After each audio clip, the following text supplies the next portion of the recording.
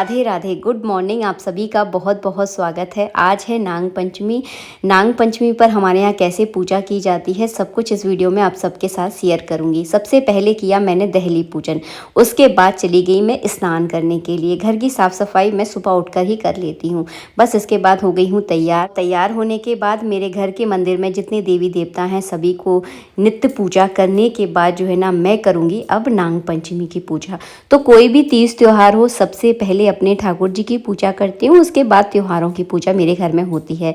Kitchen में गई और किचन में से लेकर आई मैं थोड़ा सा आटा और इस आटे से बनाऊंगी मैं नाग। तो ये परंपरा हमारे यहाँ बहुत सालों से है। ये मैंने अपने ससुराल में भी देखा है, अपने मायके में भी देखा है कि हमारे यहाँ पर आटे के ही नाग बनते हैं। पंडित जी मुझे बताते हैं कि तांबे के नागों की भी आज के दिन प्रधानता होती है। जिन लोगों की कुंडली में काल्प सर्प योग है वो तांबे के नाग बनवाकर किसी पुराने शिव मंदिर में जाकर पूजा करें तो काल लेकिन पूरी कोशिश करूंगी कि आज मैं अच्छे से बनाऊं।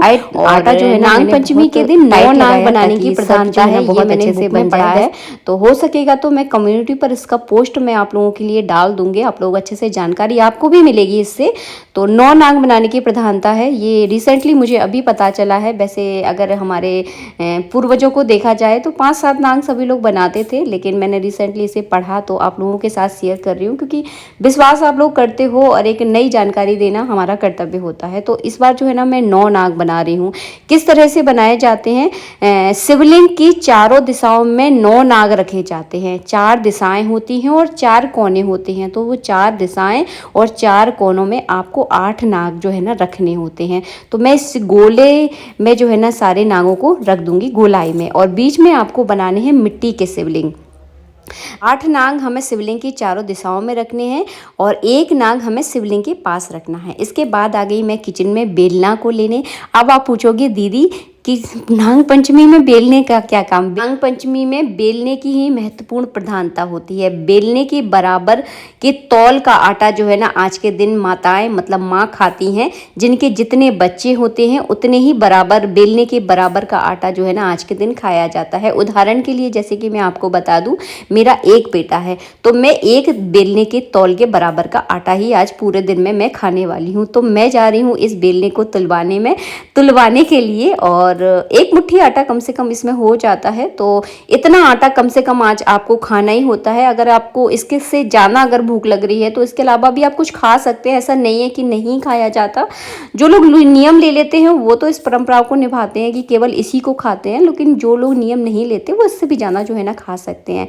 इतना आटा जो है ना आज बेलने के बराबर का आया है। तो इस आटे का आप चाहें तो जलेबी बनाइए, आप चाहें तो चीले बनाइए, पुए बनाइए, या आप चाहें तो मालपुए बनाइए। जो बनाना है वो आप बनाकर जो है ना आज के दिन खा सकते हैं। कोशिश करना है कि इसका कुछ मिठाई जो है ना बनाया जाता है। मैं ज़्यादातर सादा पूड़ी या जो बनाती हूँ क्योंकि मुझसे ज़्यादा मीठा नहीं खाया जाता।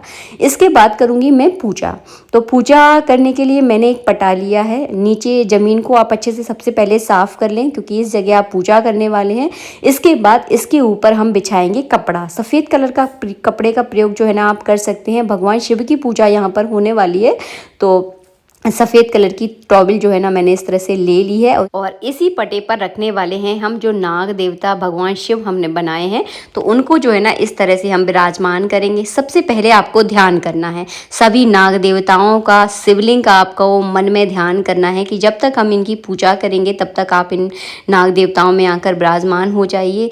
और इसके बाद जो है ना आपको चावल और पुष्प चढ़ाने हैं। उसके बाद आपको सबसे पहले जल चढ़ाया जाता है। देखिए आज के दिन नाग देवताओं की प्रधानता होती है। कोई मेहमान हमारे घर में आता है तो सबसे पहले उसके पैर धुलाए जाते हैं, हाथ धुलाए जाते हैं, उसके बाद उन्हें जल पिलाया जाता है, उसके बाद जो है ना उनको स्नान करवाया जाता है। तो वही भाव आपको मन में रखते हुए जल चढ़ाना है। उसके बाद कच्चा दूध चढ़ाना है। जो नाग देवता होते हैं उनको आज के दिन कच्चे दूध का ही भोग लगाया जाता है और कच्चे दूध में ही जो है ना उनको स्नान जो है ना करवाया जाता है। तो सब हमने जो है ना यहाँ पर कच्चा दूध चढ़ा दिया है। इसके बाद चंदन लगाना है, आपको चावल चढ़ाना है, कलावा रूपी वस्त्र अर्पित करने हैं। शिवलिंग पर आप साथ के साथ पूजा जरूर करते जाइए क्योंकि नाग देवताओं के साथ साथ आपको शिवलिंग की पूजा भी जो है ना ज़रूर करनी चाहिए, बहुत अनिवार्य होती है। तो इससे जो है ना आपके घर का पितृदोष कहीं ना कहीं बहुत हद तक शांत होता है। शिवलिंग की पूजा अगर आप कर लोगे ना, आपका जो पितृदोष है ना बहुत हद तक ख़त्म तो नहीं कहूँगी, लेकिन उसका असर बहुत कम हो जाता है। अगर आपके घर में कालसर्प योग है, आप इस पूजा को ज़रूर कीजिए। वैसे तो हर घर में की जाती है पूजा। नाग पंचमी एक ऐसा विशेष दिन जो है ना भगवान ने बना कर रखा है कि इस दिन सभी लोग जो है ना नाग पंचमी के दिन पूजा करते हैं। पहले के समय में तो मुझे आज भी याद है, जब हम लोग छोटे-छोटे हुआ करते थे तो हमारे घर में जो है ना सपेरे आया करते थे, और वो लोग जो है ना नाग देवताओं को घर घर लेकर जाया करते थे। उनको नाग देवताओं को हम घर घर जो है ना सभी लोग अपने अपने दरवाजे पर बैठ जाते थे और नाग देवताओं को दूध पिलाते थे। तो दूध की प्रधानता जो है ना बहुत ज़्यादा रही है। लेकिन आजकल सर्प जो है ना नहीं मिलते हैं, और सपेरे भी नहीं दिखाई देंगे आपको, बहुत कम मिलेंगे ही नहीं पहली बात तो इस तरह से जो है ना पूजा हम लोग किया करते हैं। इसी तरह से मैंने अपने मायके में अब मेरी मम्मी को मैंने देखा है।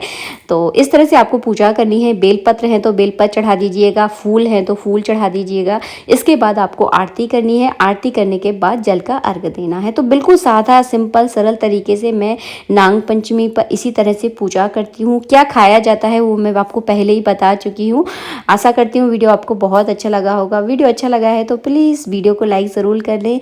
और हाँ, बाद में इन नाग देवताओं को क्या करना है, तो नाग देवताओं को और शिवलिंग को किसी नदी में जाकर विसर्जित करना है। अगर आपके घर के आसपास कुआं है, तालाब है, कोई भी पानी का स्थल है जहाँ पर साफ सुथरा पानी बहता है, वहाँ पर आप इन्हें विसर्जित करें। और हाँ, घर में जो भी मीठा बना है उनका आज के दिन भोग आपको ज़रूर लगाना है। कि नाग पंचमी के दिन नाग देवता हमारे घर के मेहमान होते हैं, तो मेहमानों का स्वागत करना, उनका ध्यान रखना हमारी संस्कृति में है।